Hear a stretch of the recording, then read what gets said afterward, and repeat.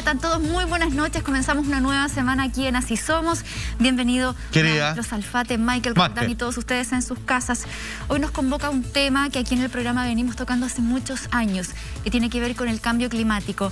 A través del tiempo hemos sido testigos cómo el aumento de las temperaturas ha conllevado a, por ejemplo, tener cambios de clima, tormentas de arena, aumento en el nivel del mar y un montón de cosas que nos preocupan.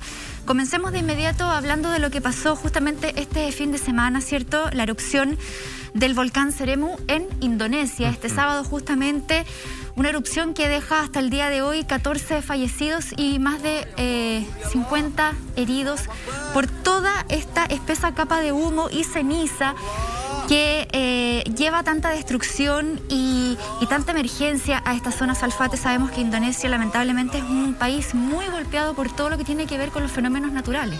Imagínate que Indonesia, que dicho de forma poética, es como el país que carga como con el karma del mundo, ¿no? O sea, todos los terremotos, volcanes, desastres, inundaciones, parecen resumirse en esta nación en particular, que es tan grande que a veces lo que sucede en un extremo de esta localidad parece ni siquiera sentirse en el otro lado. Y sin embargo, durante todo el año y hace ya varios años que estas cosas, estos eventos climáticos siguen sucediendo, en este caso un problema geológico de proporciones. Como tú bien decías, 14 personas fallecidas en este momento, más de 1000 personas evacuadas y las características del material piroplástico que arroja ese volcán en particular ha puesto en peligro varios kilómetros a la redonda de todos los que viven obviamente en Indonesia.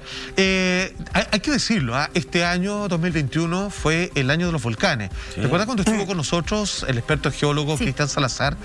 Que él incluso ya comenzaba a plantearse dudas respecto a cuál es el nivel de conexión que existe entre los volcanes, porque si en Indonesia hay tantos volcanes como en Chile, siendo esto, imagínate de las proporciones que estamos hablando, que es el más activo de todo el cordón montañoso que existe en ese lugar, en Chile habría que comenzar a hacerse las preguntas de que se inicia un nuevo tipo de erupción volcánica, si no pudiese ocurrir lo mismo, incendiando como un regadero de pólvora el resto del cordón montañoso y con todos los macizos volcánicos que hay ahí. Las imágenes son más que evidentes y esto partió el sábado y por cierto está lejos de terminar, Michael. Oye, hay que decir que este volcán Semeru está en nivel 2, la zona de riesgo justamente en una escala que, acá ya lo hemos dicho siempre, va del 1 al 4, está ahí en la mitad con los 14 muertos y 1300 personas evacuadas. Y hay unas imágenes que estábamos viendo al principio del programa que me llaman la atención porque este es un volcán que entra en erupción a eso de las 15:30 horas local, plena luz del día.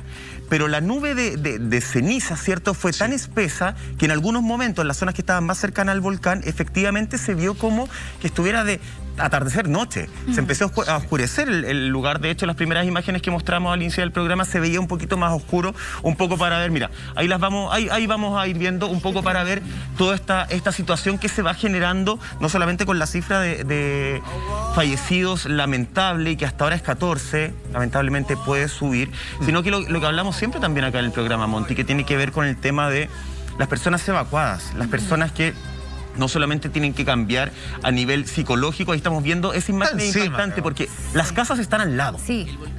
Acá hay una construcción que está al lado, que todas esas personas se tienen que ir, que hay un impacto psicológico, que hay un miedo, que hay un tema de perder todo lo que tú tienes. Mira esa imagen que estamos viendo, son realmente impactantes, sino que además partir de cero nuevamente en otro lugar. Mira, ahí está. Como parte sin una gran ayuda. Claro, ahí se ve un poco más oscuro de lo que sería un día normal a las 15:30 horas. No, es tremendo porque también estamos hablando, como bien lo decían ustedes, del volcán más activo del país. Está situado en la montaña más alta de la isla de Java, que está al sureste en Indonesia, y las imágenes son muy elocuentes, son muy terribles porque está muy cerca de todo este poblado. Además que gente que daba su testimonio a distintos medios decían que el mayor problema es que colapsa un puente que une dos localidades muy estratégicas y que ha hecho aún más difícil la labor de rescate de las personas. Claro. Personas que primero no quieren dejar su casa porque tratan de proteger lo poco y nada que les pueda quedar. Y lo otro es una zona en donde hay harta agricultura, entonces las personas trataban de agarrar a sus animales, se veían ahí en imágenes a gente con las cabritas en la mano, o sea, en los brazos tratando de arrancar, y otros decían, yo no me voy a ir y voy a dejar a mis vacas solas, por ejemplo, o a mis animales porque no van a tener que comer, porque se van a quemar, se van a morir.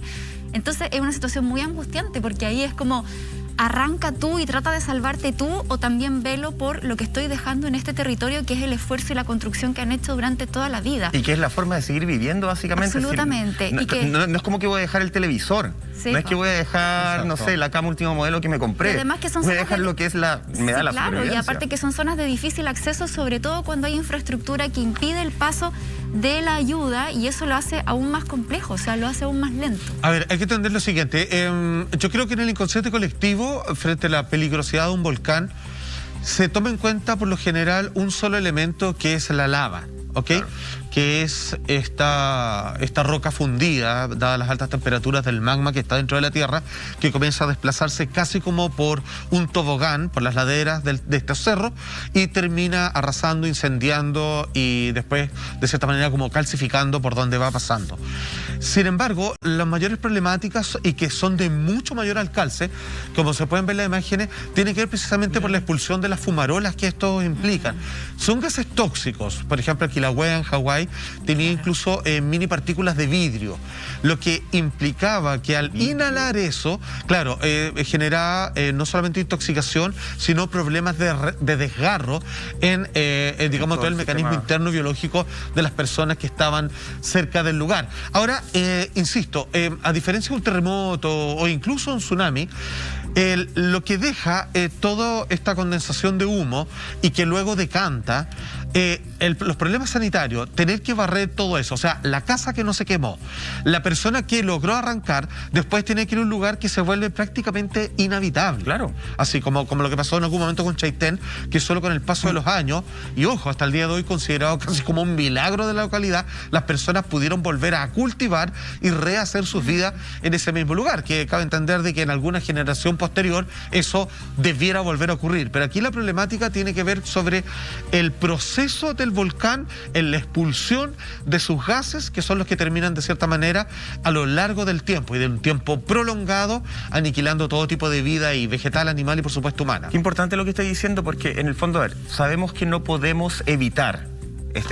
Hay muchas situaciones climáticas que no las podemos evitar, más con, y lo vamos a ver más adelante, tormentas de arena, tormentas de nieve, que tienen que ver con el calentamiento global, que tienen que ver con el cambio climático que estamos viviendo. Hay cosas que no se pueden evitar, pero sí se podría tener un plan correcto, un plan efectivo para el después de, para el otro día.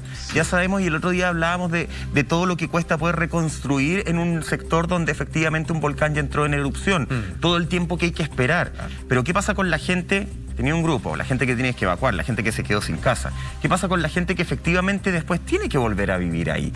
Que le quedó su casa, ¿en qué lugar queda la vida, queda la salud de esas personas? Y esos planes, que tendrían que venir del Ministerio de Salud en todos lados, parece ser no correctos, no concretos, parecen no tener ninguna llegada importante, porque en el fondo nos quedamos con estas imágenes que aparecen en la prensa, en el mundo entero, pero después, al otro día, a la otra semana, al otro mes, la gente se queda totalmente sola.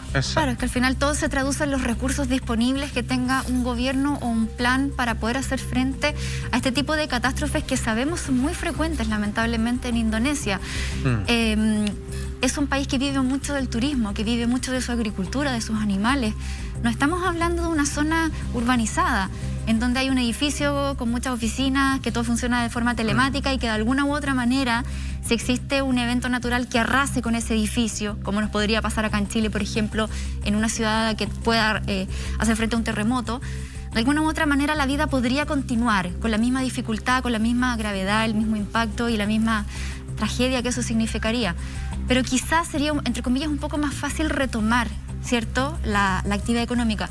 Acá vemos que no, acá es difícil, porque estamos hablando de un país que vive mucho del recurso natural, y cuando el recurso natural se daña y toma tanto tiempo recuperarlo, quizás más allá de un tema económico son los procesos naturales de la tierra.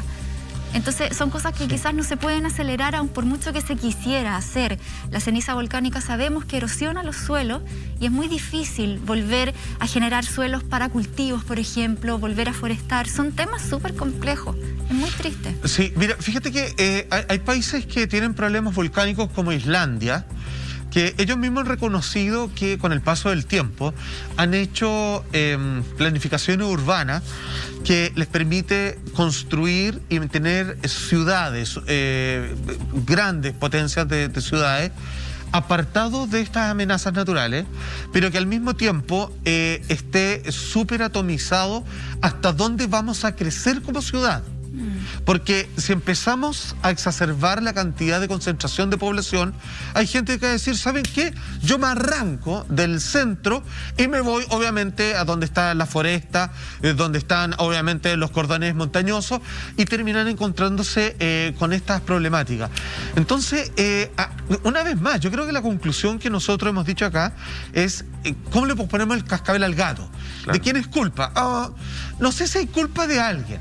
Esto es un hecho indesmentible, es un hecho irrefrenable, la naturaleza cada cierto tiempo se manifiesta y nosotros como seres humanos sabemos dónde están los puntos de amenaza. Nosotros debemos respetar esos espacios y construir en una escala de civilización no acelerada en relación a cómo se recicla la vida en la Tierra. Tenemos que cambiar nuestra forma de vivir, punto. Las ciudades parecen ser hoy día una contradicción con todo eso. Y prepararse para el día después de mañana. Exacto. Apreciando alguna película y como lo haría Lama.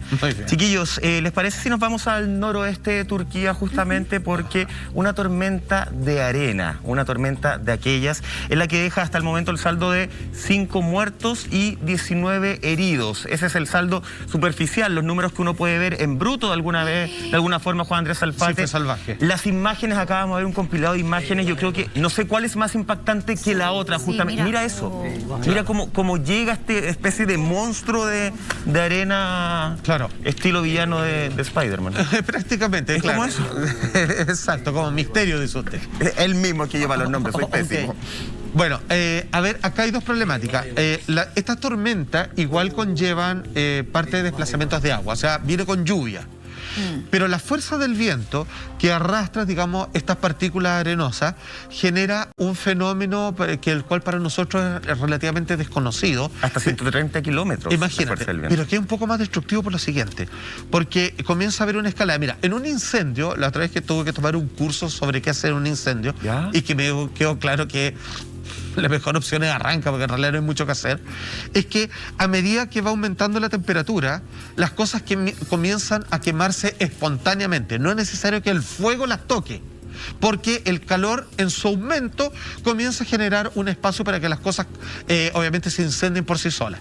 En el caso de una tormenta de arena, la otra vez salía alguien a explicar que la arena, como tiene partículas sólidas, es como echarle un chorro de agua, pero un chorro de arena a las estructuras. Entonces empiezan a volar los techos. Y aquí hay un problema, porque aquí sube de nivel el problema. Los techos o cualquier escombro que es arrancado de cuajo por la tormenta de arena se transforma, por así decirlo, como en armas que comienzan a circular, que empiezan a destruir otras cosas. O sea, ya no es una tormenta de arena, es una tormenta de tejas, de calaminas, pasan a ser armas destructivas. Exacto, y comienza a romper otras cosas más. Y al final se transforma todo, digamos, en un terrible círculo vicioso de autodestrucción. Mira, por ejemplo, acá hay una torre, ¿cierto? Está este reloj. Esto pasó, obviamente, como te dice, en una imagen que dio la vuelta al mundo. Pero esa es una torre sólida, no estamos hablando de una cuestión livianita. Claro, y no aguantó. Y parte de los elementos que componen este edificio después terminan convirtiéndose en un peligro que destruye con mayor facilidad otras viviendas, que aumenta, por así decirlo, el caudal de desechos que terminan por golpear otras cosas de esta ciudad, de esta localidad. Qué tremendo. Imagínense la velocidad del viento. Se hablaba que eran entre 70 y 130 kilómetros por hora. La cantidad de arena, la cantidad de material que anda volando y que logra finalmente derribar esa torre que se ve absolutamente sólida. Acá nos preguntamos varias cosas, porque en Turquía es uno de los países que está siendo más vulnerable al cambio climático. De hecho, ya ha tenido una tendencia observada a que las temperaturas cada vez son más altas y cada vez hay menos lluvias. Por lo tanto, hay que replantearse varias cosas. Sabemos que, por ejemplo, en Turquía la industria textil es un sector muy grande, ¿cierto? Es un sector que da mucho trabajo y que es muy intenso. Y que también la industria textil es una de las que más contaminan, lamentablemente. Entonces ya se habla de, por ejemplo, generar planes que vayan en pos de poder hacer esa industria un poco más sustentable. Y así todo este tipo de cosas, estas imágenes que muchas veces no aparecen en las noticias, por ejemplo acá en Chile, y que nosotros las analizamos acá en el programa de manera como en un compacto, haciendo un gran resumen de toda la embarrada que hay en el mundo con respecto al cambio climático, sí, y que muchos incluso líderes mundiales lo siguen negando. Entonces, yo creo que parte de esto también por un tema de que los países tienen que empezar a cambiar muchas cosas para tratar de frenar o mitigar esto. Mira, fíjense en las siguientes imágenes, el viento, cómo está moviendo el camión que va más adelante y que logra darlo vuelta. Lo dio vuelta, literal, ¿no? Sí. O sea, es que de verdad es muy tremendo lo que estamos viendo. Y por eso se hace tan necesario y tan relevante que los países empiecen a poner políticas que tengan que ver con su industria, con las matrices energéticas, en cómo la población va desarrollando su día a día, cómo se van alimentando, cómo vamos recuperando los recursos que vamos consumiendo de la misma tierra. O sea, es un problema súper complejo que hoy día tenemos que ligarlo. Y estas imágenes nos están refregando así en la cara. ¿Qué tenemos que hacer? Estamos viendo el futuro. Nosotros, los seres humanos, tenemos que hacer algo porque esto ya no lo podemos cambiar. Claro, desde los Chile... expertos ya dijeron que esto es irreversible. Solo podemos frenarlo, entre comillas, de alguna manera. Yo siento que desde Chile estamos viendo el futuro cuando vemos estas imágenes, Michael. A ver, dos cosas. En la semana pasada y esta, el calor se ha hecho notar cuando estamos a aproximadamente 2 semanas y un poco más del inicio del verano. Claro, estamos en primavera todavía. Claro, o sea, ya el cierre de noviembre fue unas temperaturas salvajes en donde incluso cuesta un poco conciliar el sueño en la noche porque, digamos, el calor no permite generar en ti mismo un buen descanso. Ahora, ¿qué se habla? De que incluso hasta Coquimbo, en los próximos años, podría tener un clima desértico. Y los climas desérticos generan fenómenos climáticos como estos. O sea, lo que hoy día nos parece ajeno, que hoy día estamos sintiendo las olas de calor, podría en algún momento cambiar el clima y hacernos partícipes de estos fenómenos que por el momento no están sucediendo en Chile, pero como decía Monti, parecen inevitables. Claro, yo creo que más que futuro deberíamos pensar que estamos viendo un presente ya que nos está pisando los talones de alguna forma. En septiembre más o menos del 2020, hace un poquito más de un año, existían distintos estudios a raíz de otras tormentas de arena también en Turquía, otros estudios que ya avisaban y ya estaban dando la alerta de que las tormentas de arena iban a empezar a ser cada vez más seguidas, más constantes y más violentas.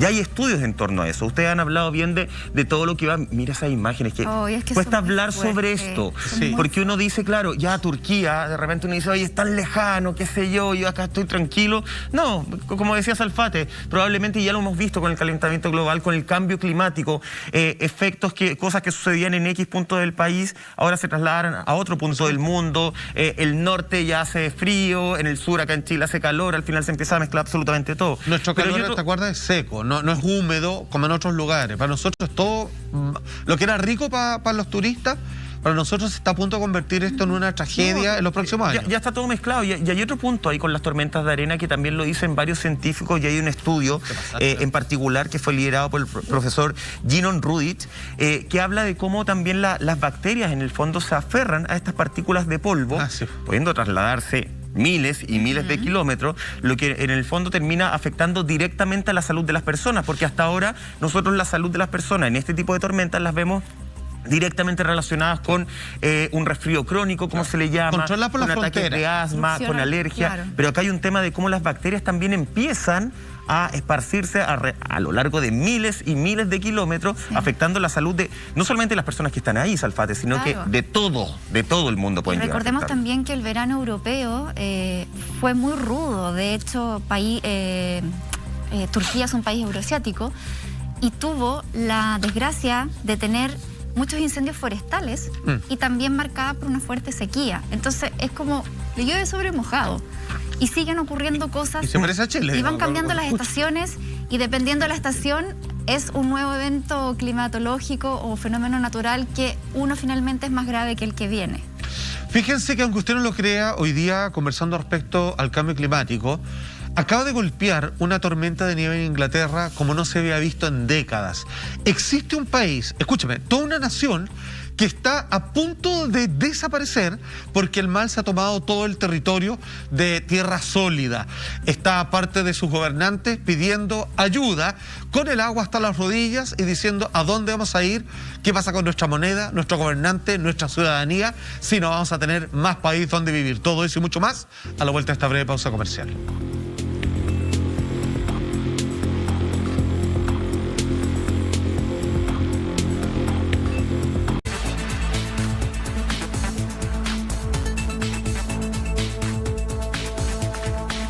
Ya estamos de regreso, sí, ya estamos de regreso esta noche, seguimos haciendo cambio climático, revisando un poquito lo que está pasando en el mundo con respecto a todos los fenómenos naturales que se están viviendo cada vez más agresivos.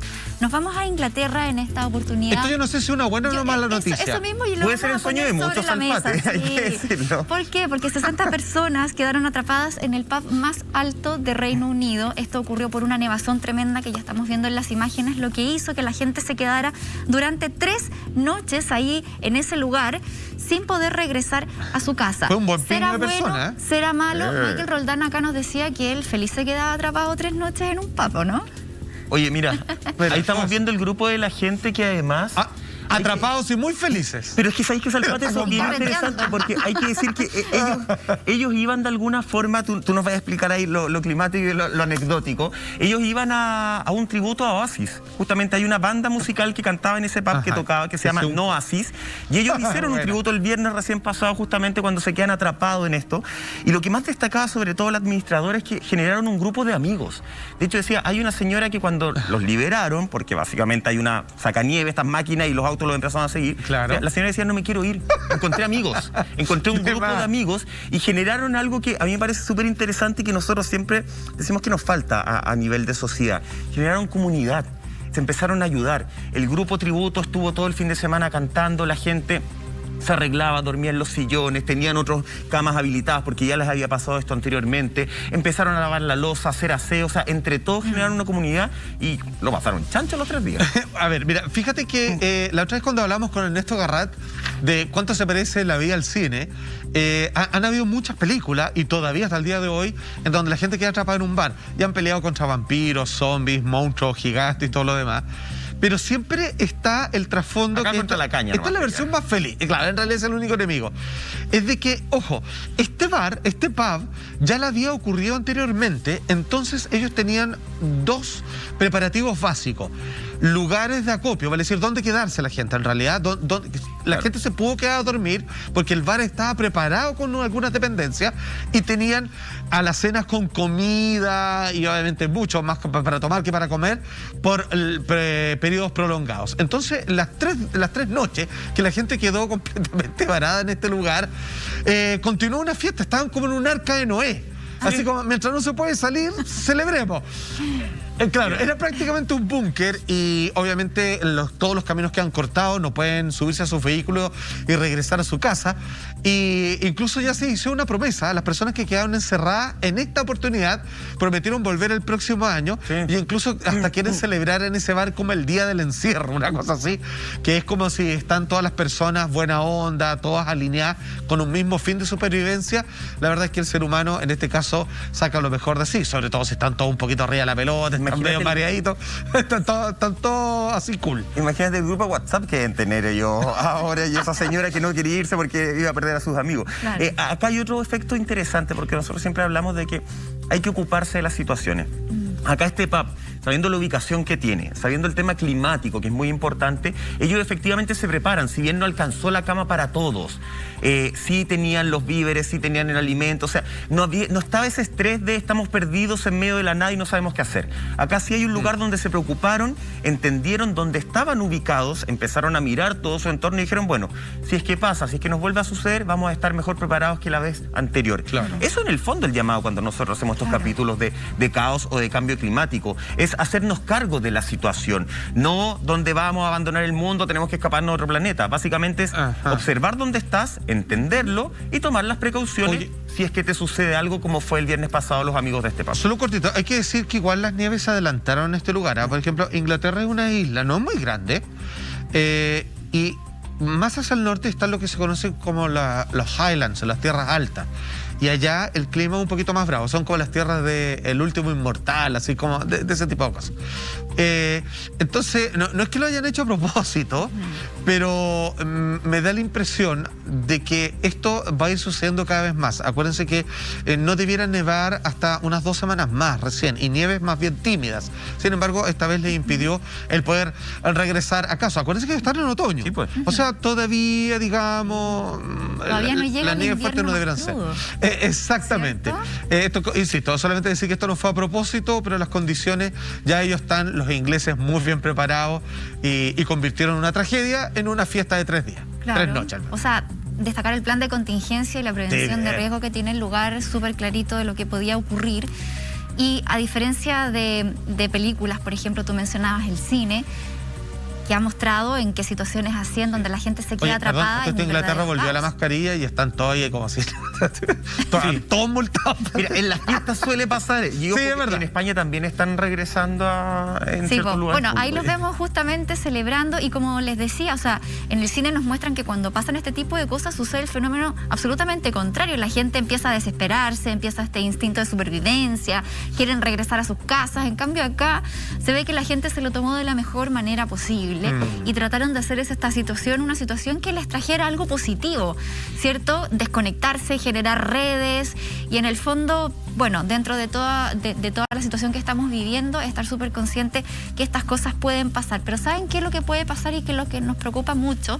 Hay países insulares que, según distintas proyecciones que hace, por ejemplo, la NASA, de aquí a fines del siglo van a desaparecer, si es que no antes. Nos vamos hasta Tuvalu, que es un país que se está literalmente inundando, chiquillos, esto producto del aumento del nivel del mar. Estamos viendo justamente las imágenes donde está Tuvalu en el mapa. Es un pequeño, se ve mar, es un pequeño país. Es agua eso. Claro. En donde ya casi no se ve. De hecho, está causando rápidamente pérdida de terrenos, hay escasez de agua potable. Es un país muy, muy pequeñito, vive muy poca gente, 26 kilómetros cuadrados, cerca de 12.000 personas. Y mira, aquí vemos al ministro de Justicia, Comunicaciones y Relaciones Exteriores. Dando conferencia de prensa en el agua. Pero es que sabéis que esta imagen es como, pero mira, es demasiado elocuente. Así está la cosa allá. Tanto ha aumentado el nivel del mar que antes esos terrenos, en donde obviamente era un terreno seco, hoy día está totalmente inundado. Bueno, este video que dio la vuelta al mundo también fue enviado a la COP26. Y parte del discurso lo que dicen es, o sea, esta es nuestra situación. Antiguamente, cuando este lugar era tierra seca y había construcciones, habían emplazamientos humanos, hoy día aprovecho de hacer el punto de prensa en un lugar donde el agua está completamente tomada y que ciertos sectores, dado la geografía del lugar, puede llegar hasta los 4 metros de profundidad, que obviamente tapa con creces, digamos, a la más alta de los seres humanos. Ahora, ¿qué es lo que pasa? Aquí estamos frente a un inevitable. Porque ellos han tenido planes de ayúdennos, que construimos acá, ya menos que seas Dubái, digamos, y donde podéis encementar el océano prácticamente y hacer islas artificiales. Ellos están condenados a morir. Y aquí es cuando es importante entender lo siguiente, porque el caso de Tuvalu nos ayuda a proyectar qué puede ocurrir en el futuro. Hay mapas muy trágicos que dicen 100 años en el futuro, 150, 200, 300, y muestran países que sus costas prácticamente ya no existen. A ver, es como si Brasil, por ejemplo, si tenemos un mapa en nuestra cabeza, estuviera mordido, así como le falta un pedazo gigante. Estados Unidos, en gran parte de sus costas también, queda reducido más hacia el centro. Curiosamente, y en todos estos mapas, Chile queda como prácticamente libre de polvo y paja, queda prácticamente intocado. Ahora, ¿qué es lo que sucede? Que si estos mapas mundi son reales, imagínate el problema sociopolítico que van a tener estas naciones cuyo país desaparece. Porque no es un territorio, no es que, digamos, la costa del norte, del sur, del centro del país acaba finalmente de entrar el agua al punto que se comió toda la orilla de playa. No, aquí desaparece toda una nación. ¿Qué se hace con la moneda, con sus gobernantes, con su ciudadanía? Pasan a ser recibidos por otra nación, entonces se terminan así como personas redistribuidas en todo el mundo.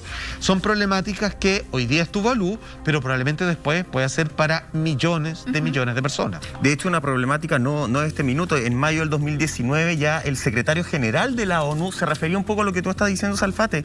Él escribió un tuit que decía: debemos evitar que Tuvalu se hunda y que el mundo se hunda con Tuvalu, justamente. Y después complementó: esta es la primera línea de la guerra contra el cambio climático, porque el cambio climático está afectando a Tuvalu de una manera más dramática que en cualquier otra parte del mundo.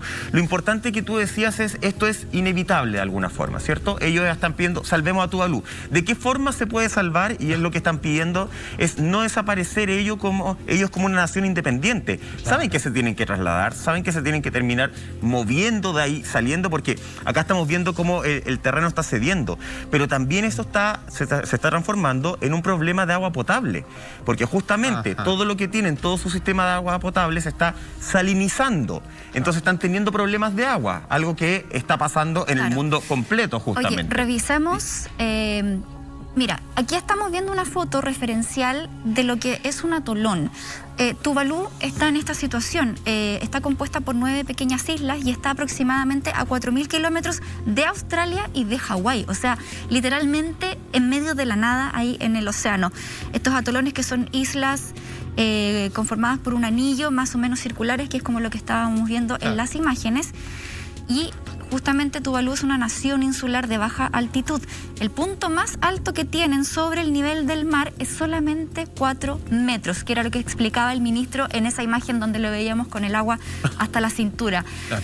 Teniendo en cuenta que el nivel del mar está aumentando cada año más rápido que nunca, y solamente ellos tienen 4 metros sobre el nivel del mar, o sea, si hacemos la matemática, claramente estamos frente a un país que tiene como destino lamentablemente desaparecer, y desde ya se tiene que generar un plan de evacuación para todas las personas que viven ahí, para que puedan de alguna u otra manera llegar a otro lugar y rehacer su vida, porque ahí, como vemos, ese paisaje que además es maravilloso, o sea, imagínate, paradisiaco, ya no lo vamos a tener dentro de pocos años más. Solo para terminar, la idea que estaba diciendo anteriormente, que tenía que ver justamente con eso, es: ellos lo que están pidiendo, ellos saben que se tienen que ir. Ellos lo tienen súper consciente. Ellos lo que piden es irse y no desaparecer como nación independiente. Conservar su identidad nación. Conservar su identidad, justamente, que se puedan ser trasladados a un lugar donde ellos van a ser independientes. Y ahí está lo complejo, porque ahí también entramos a hablar de cómo tiene que existir una comunidad a nivel internacional. ¿Quién les va a dar ese espacio? Ahora, lo que pasa es que esta problemática no solo la tiene esta nación del cual estamos hablando en estos momentos. Es verdad. Hay países, digamos, que tienen más a espalda para hacerse cargo de problemas similares.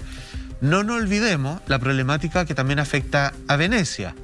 Y claro, Venecia es como la joya de las naciones que tienen este fenómeno, claro, porque es súper turístico, conocido, bonito entre los canales, con una hermosura en su arquitectura y todo lo que tú quieras. Y sin embargo, vámonos despidiendo, o sea, le quedan como 5 décadas o 4 décadas de vida. Y ellos ya dijeron: ¿sabes qué? No hay nada que hacer. Porque si quisiéramos salvar esto y construir sobre las terraformas, los terraplenes donde están construidas las ciudades, tendríamos que hacer una ciudad de nuevo, y eso es impagable. O sea, nadie puede hacer eso, no puedes levantar todo Venecia. Entonces, aquí hay que darse cuenta de que esto no es algo exótico, no es como: oye, hay un lugar perdido en el Océano Pacífico que tiene esta problemática. Oh, qué curioso. No, está pasando en muchos lugares y esto va a seguir aumentando. ¿Qué dice el ministro de Justicia? Precisamente Simón Kofi de Tuvalu hace referencia a la problemática nación de la siguiente manera. Dice: vivimos en franjas de tierra muy delgadas y en algunas áreas se puede ver el océano a ambos lados, como lo que pasa un poco en Chiloé.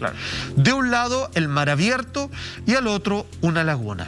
Lo que hemos estado experimentando a lo largo de los años es que con el aumento del nivel del mar vemos la erosión de partes de las islas. Y vuelvo un poco a Chiloé. Esa problemática no existe en nuestra isla, ¿cierto?, del sur de nuestro país, porque la distancia de altura que hay máxima con el nivel del mar pueden ser muchos metros. Hay verdaderas quebradas y acantilados, y poder ver el mar, que por mucho que subiese, jamás llegaría a la orilla o al nivel donde nosotros estamos pisando suelo. Ellos son solo 4 metros, para que se entienda.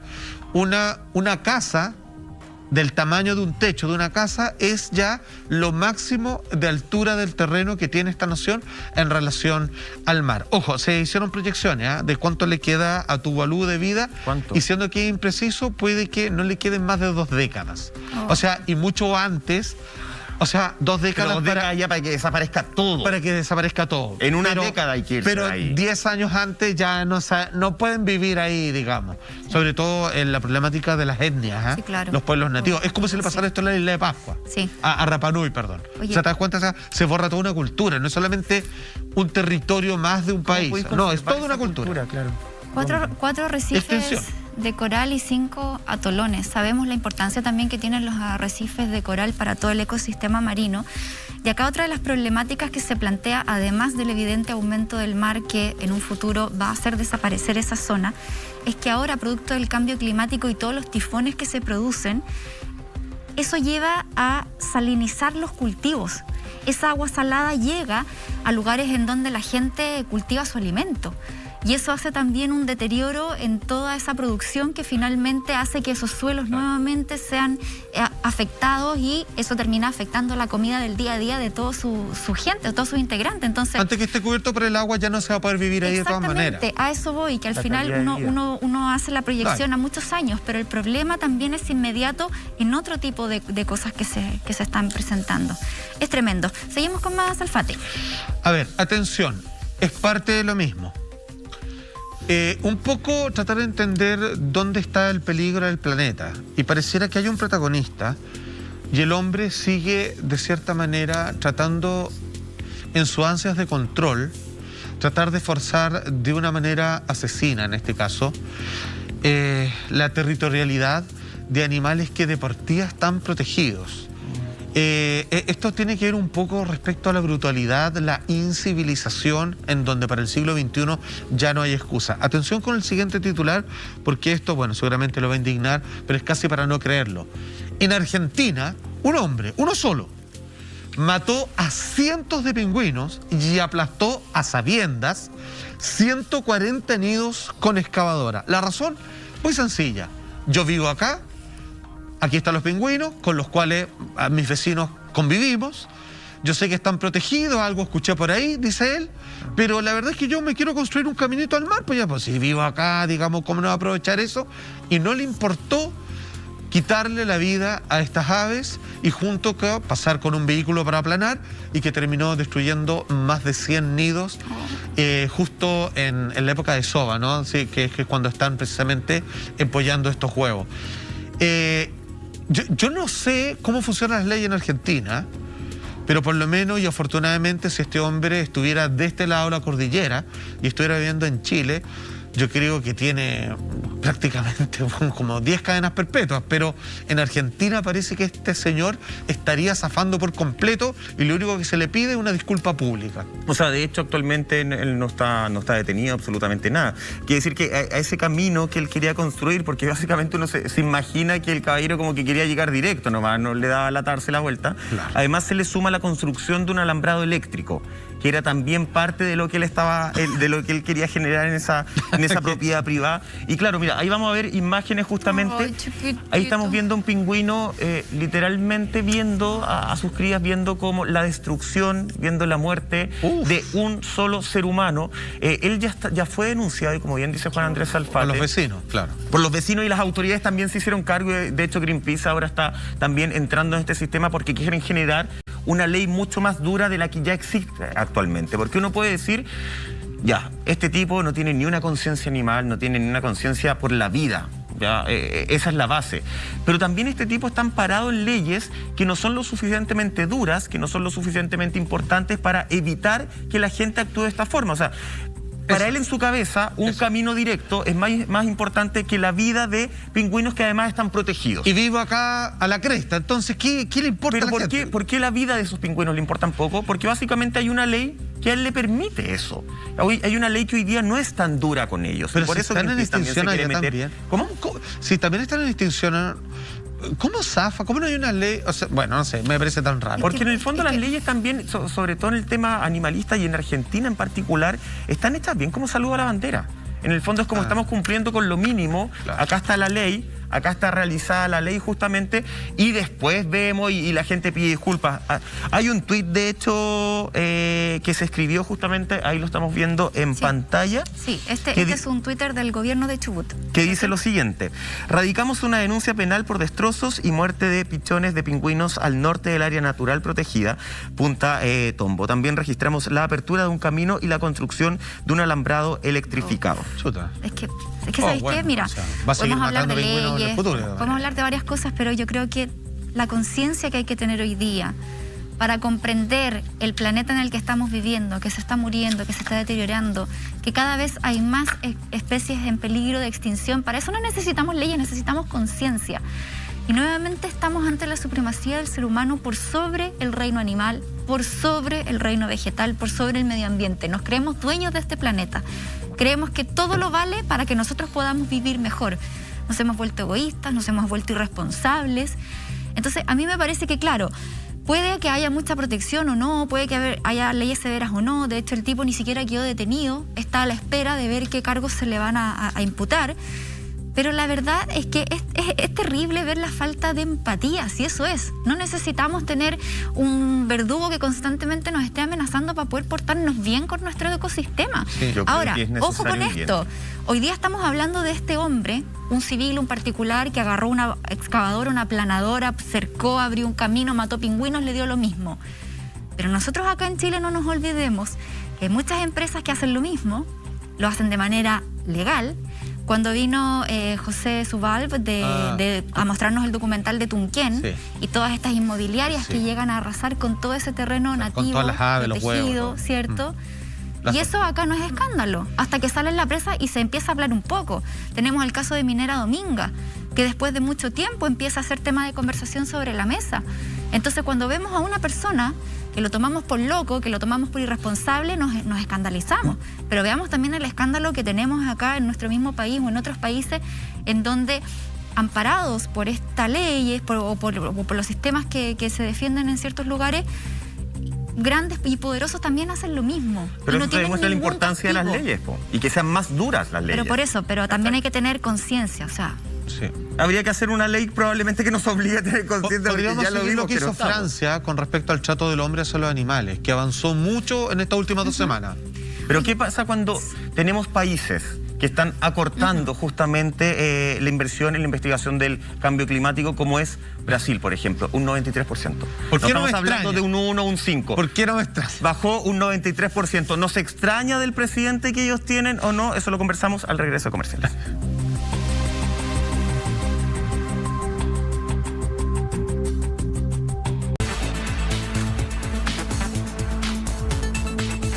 Ya estamos de regreso en Así Somos en este miércoles feriado, ya madrugada de día jueves, hablando justamente de cómo el calentamiento global, de todo el cambio climático que se está viviendo, afectando en nuestro clima. Ya vamos con eso, pero atención, porque si necesitas exámenes clínicos, Tested es tu mejor alternativa. Realizan exámenes de sangre, orina, COVID-19, antígenos y mucho más. Y si no tienes tiempo, esto es lo mejor.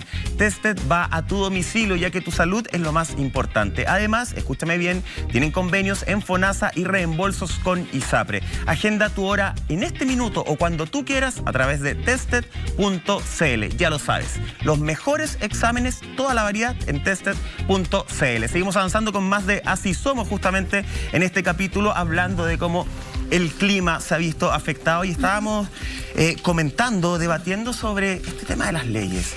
Yo entiendo lo que iba Monty, esto de que sería rico que la gente por sí sola terminar aquí siendo y cuidando el ecosistema. Pero lamentablemente, con todos los ejemplos que se ponen sobre la mesa, uno entiende que las leyes tienen que ser cada día más duras, parece. Sí, lo que estamos viendo en pantalla es el caso que ocurrió en la provincia de Chubut, en la Patagonia Argentina, en donde un hombre, por querer abrir un camino para tener un acceso directo a la costa, agarró una excavadora, una aplanadora, hizo un cerco eléctrico, hizo un camino para poder cumplir con su deseo, arrasando con todos los pingüinos de la zona. Más de 146 nidos destruidos, 292 pichones aproximadamente habrían muertos, y también un número que aún no se sabe de pingüinos ya más adultos que, ¡ay, qué dolor!, habrían quedado literalmente aplastados por las acciones inescrupulosas de este hombre. De verdad, Salfate, a mí me cuesta mucho hablar de estos temas, me cuesta creer que exista gente tan poco empática, tan bélica, sí, tan mala, de verdad. Es que, ¿sabes por qué sea esto? Fíjate, ustedes se acordarán del famoso documental, digamos que fue éxito de taquilla. Rara vez un documental llega a ser tan exitoso en términos de audiencia, que era La Marcha de los Pingüinos, y que después el nombre lo ocuparon, obviamente, a los protectores de Chile. Sí. Hay una parte en donde explican que esa raza en particular, de los pingüinos emperadores, tienen sus huevos, ¿cierto? Y esa es la pareja que van a tener, digamos, durante toda su vida, en donde te demuestran los lazos afectivos que hay entre estas aves, sobre todo en la crianza, así muy dedicado a aquello. Y en un parte del documental, a una de las tantas familias que ahí se generan, un huevo se rompe, pues lo están llevando y muere, ¿cierto? Pues se rompe y ya no puede crecer el pingüino ahí adentro. Y el documental se detiene ahí y dice... El dolor que están sintiendo estos animales en estos momentos, porque se quedan mirando esto, dicen que es inconmensurable. Esa es la palabra que ocupa en francés. Inconmensurable es el dolor que están sintiendo. ¿Por qué estoy diciendo esto? Porque, ocupando ciencia nomás, lo que dicen los neurocientíficos es que la diferencia entre un animal y un ser humano, mira lo que dicen, es que nosotros tenemos la idea, no del todo confirmada, de que somos dueños de nuestras decisiones. Tenemos una capacidad de reflexión. Puedo decir, yo soy yo. Y los animales supuestamente no tienen la capacidad reflexiva, pero todo el marco de abanico de sensaciones y sentimientos y dolores, y tratar de rehuir como nosotros al dolor y acercarse al placer, es el mismo. ¿Qué quiero decir con esto? Lo quiero explicar súper bien para que usted lo entienda.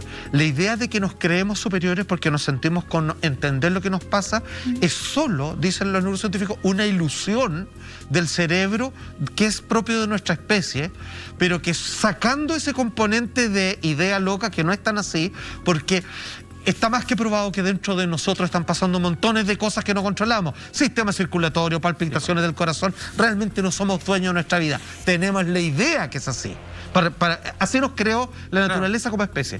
Entonces no hay ninguna diferencia con un animal.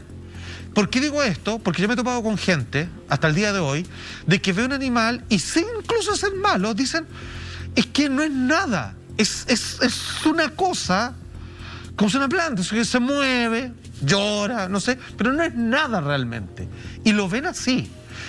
Y eso habría que tratar de solucionarlo lo más pronto posible, porque son criaturas sintientes. Nosotros evitamos el dolor por lo que sentimos, ok, mientras algunos discuten que si tienen alma, que si no sé qué, si se van al cielo o no sé qué, que todos perdieron el cielo, te puedo decir que los animales sienten igual que tú y yo, y basta solamente ese dato para no volver a tratarlos como este hombre los trató, punto. Claro, lo que pasa es que nos creemos superiores como raza humana porque tenemos la capacidad de razonar, de pensar, ocupamos el intelecto, que muchas veces no nos sirve para nada, y yo creo que al final eso es lo que nos hace ser una peor especie.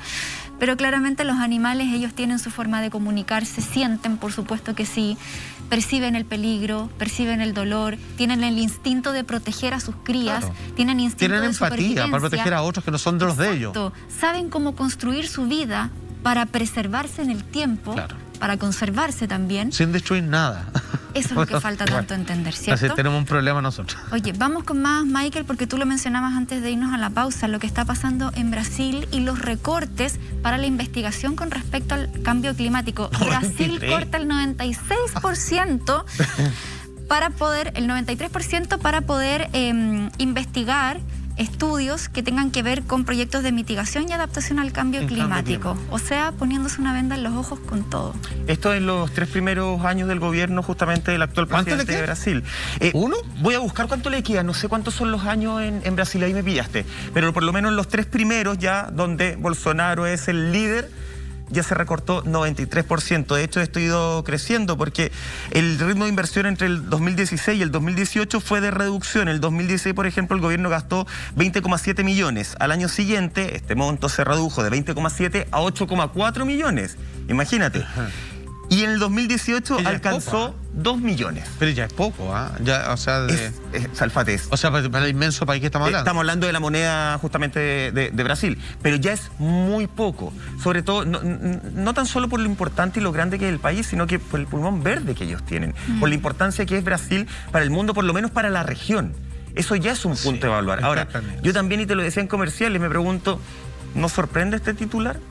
Yo creo que lamentablemente, con la línea de programa que siempre tuvo Bolsonaro, con la forma de ser de él, que cree que más bien el cambio climático, el calentamiento global tiene que ver con un tema político, con una especie de amenaza política y no de la naturaleza.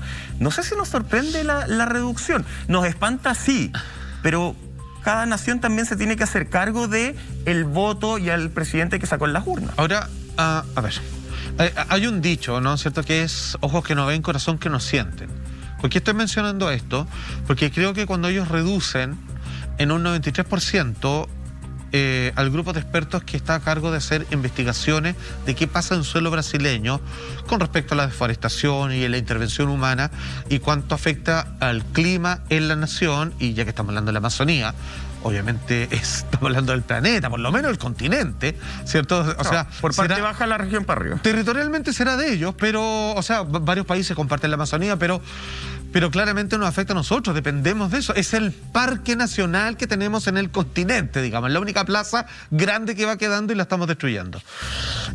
¿Por qué decía ese dicho? Porque yo creo que, más allá de negarlo, yo creo que mientras menos estudios tengan en la mano, menos tienen que hacerse cargo. Claro. O sea, porque ¿qué pasa si yo hago un estudio y me dice ya, ¿el qué fue? No van a poder construir más edificios en Ñuñoa. No, ¿sabe qué? ¿Sabe qué? No, yo no leí esto. No hagamos más estudios porque yo quiero seguir haciendo edificios en Ñuñoa, pobre comuna que no aguanta más. Entonces, yo creo que por ahí va la mano. Y eso, ahí sí, de todas maneras, eso es ser malo. O sea, porque, digamos, ya es ser desgraciado. No, y estamos viendo esas imágenes también tremendas de la Amazonía, en donde no solamente hay deforestación, recordemos los incendios forestales.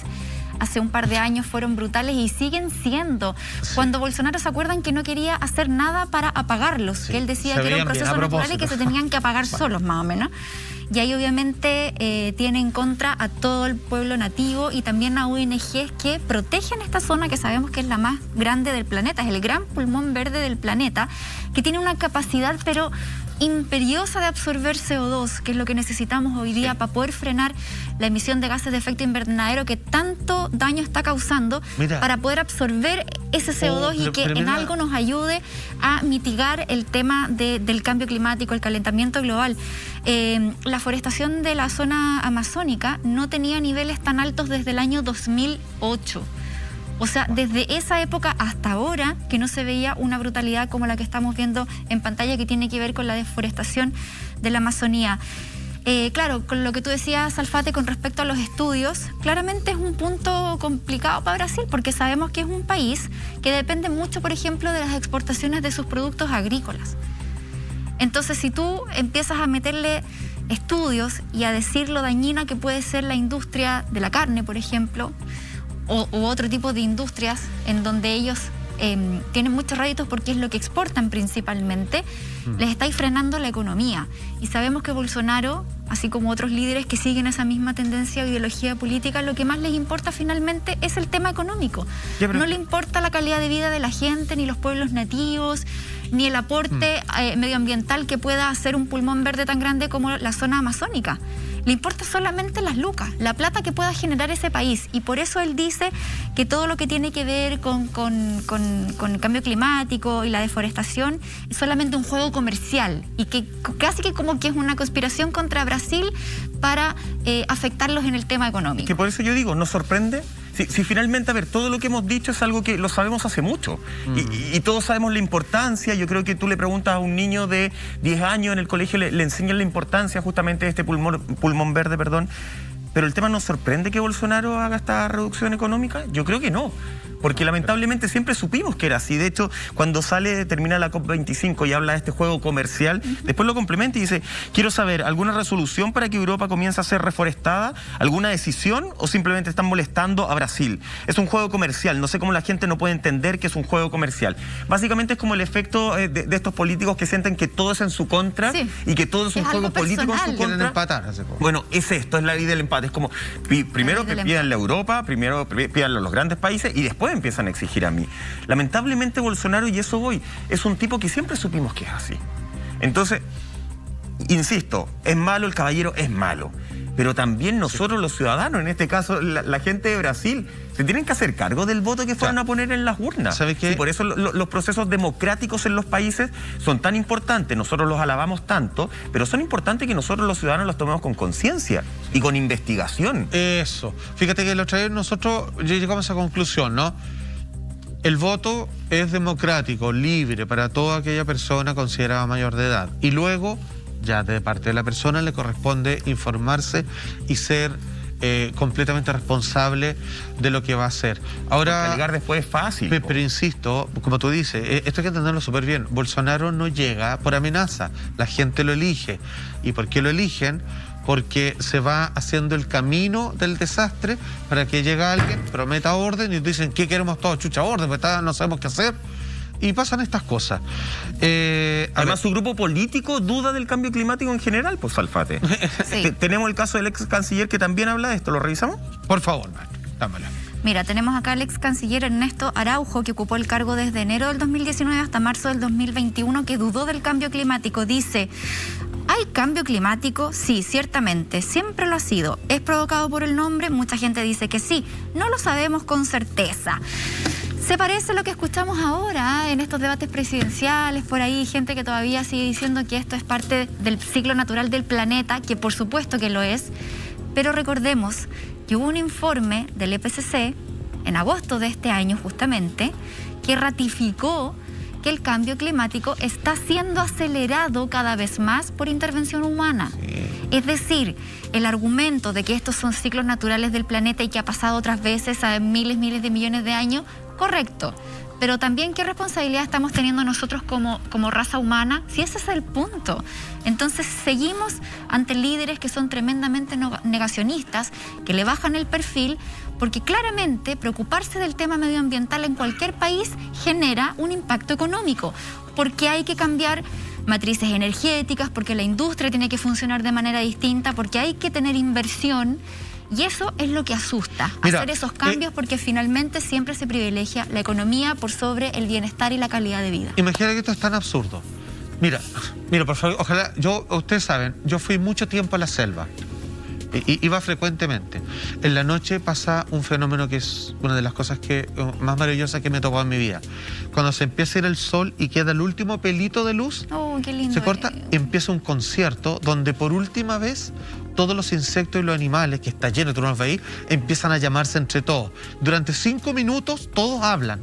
Y es un concierto, se me llegan a parar los pelos, así de cómo comienzan a hablar entre ellos antes de ir a reposar. Es una cosa maravillosa.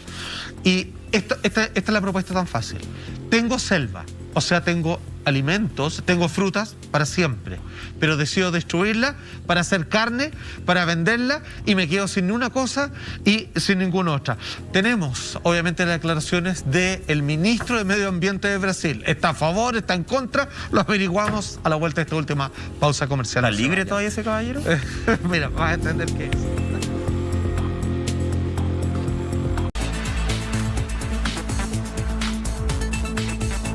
Seguimos esta noche junto a ustedes, ya vamos a seguir hablando sobre cambio climático y cómo Brasil está enfrentando esta problemática. Pero antes, un consejo para todos ustedes, atención, ¿no sabes qué regalar esta Navidad? Bueno, te dejamos el mejor dato para que regales a los que más quieres. Prepárate vitrineando con los descuentos navideños que tenemos para ti.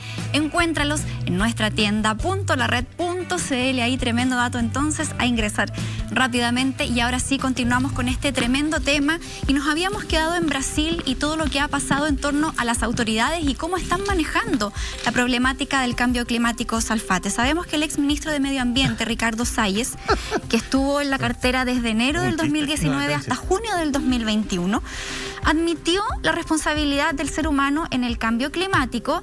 Sin embargo, él extinguió la secretaría encargada de redactar todas las políticas públicas que tenían relación con este tema, y también se ve envuelto en una problemática que tiene que ver con la madera en la Amazonía. Hablemos un poquito de eso. Dos cosas. La BBC, los reporteros de la BBC, por todo esto que ha pasado en Brasil, fueron a preguntarle. Dijeron, ¿nos puede explicar un poco cuáles son sus políticas y en qué se basan para hacer lo que todos le dicen que la cosa es para el otro lado? Y la verdad es que han mantenido un crudo silencio porque saben, digamos, que se les viene el mundo encima. El titular dice así: atención con el exministro del Medio Ambiente, Ricardo Salles, que junto con Bolsonaro, del 2019 hasta la fecha, ha sido el mayor avance de deforestación que ha tenido la Amazonía como nunca. Y dice ahí, dimite, fuera, el ministro del Medio Ambiente de Brasil, mientras la deforestación se acelera. Ricardo Salles, ¿por qué? Se preguntarán ustedes, era investigado en un caso de tráfico de madera y por obstruir una investigación de tala ilegal, donde por supuesto él tenía intereses creados. Es como poner, digamos, como ministro, no sé, como poner al jefe de los narcos, así como director de la PDI. Claro, una cosa así. A los S7. Entonces, está el gato cuidando la carnicería. Ahora, yo creo que sucede más de lo que uno piensa, lamentablemente. Sí, pero que fuera el chat. Estos fueron pillados. Claro, ahora... es que esto es demasiado. Lo que pasa es que esto ha sido un chiste. Y el problema es que la Amazonía es un temazo, porque no es algo de ellos, ni siquiera con todos los animales que han asesinado. Yo cuando le explicaba este concepto, ahí hay insectos, mamíferos, aves, o sea, todo eso fuera, no le importa nada. ¿Por qué por un árbol? Ojo, ¿un árbol para qué? Para construir una cosa pequeñita o para dejar campo para que una vaca come y pueda ser vendida. Yo destruyo, es como el agua y la palta en Chile, destruyo un campo de fútbol para que tú tengas un caramelo. Es el problema de la Amazonía. Yo destruyo un cerro para que tú tengas un pantalón a la moda. Ese es el problema. Y en realidad el pantalón no lo necesitamos. La Amazonía sí.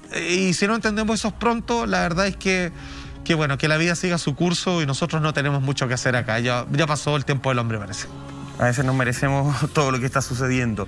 Oye, me quedé pensando en por qué justamente se piensa que hay ciertas cosas y se vota por ciertos candidatos que no tienen nada que ver con el tema del medio ambiente, que de hecho son negacionistas en cuanto a eso.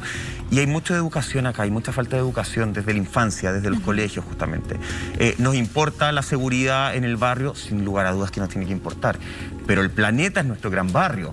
Y si no lo cuidamos, si no tenemos líderes en el mundo entero que se hagan cargo de esa problemática, efectivamente, vamos a terminar nosotros literalmente extinguiéndonos como comunidad, como sociedad, como seres humanos. Creo que en esos puntos hay que poner mucho más hincapié, hay que hacer leyes no solamente desde el Ministerio del Medio Ambiente, sino que hay que preocuparse desde el Ministerio de Educación, de empezar a enseñar, de generar toda esa conciencia que se tiene que realizar. Nosotros por lo menos acá estamos tratando de poner nuestro granito de arena para que la gente escuche, observe y se dé cuenta que esto es más cercano de lo que mientras los malos no paguen con cárcel, esto va a seguir sucediendo. Así es. Oye, ¿nos juntamos mañana de nuevo? Exacto. ¿Les parece? Nos vemos mañana entonces, en otro capítulo de Así Somos. Muchas gracias. Buenas noches. Chao, buenas noches.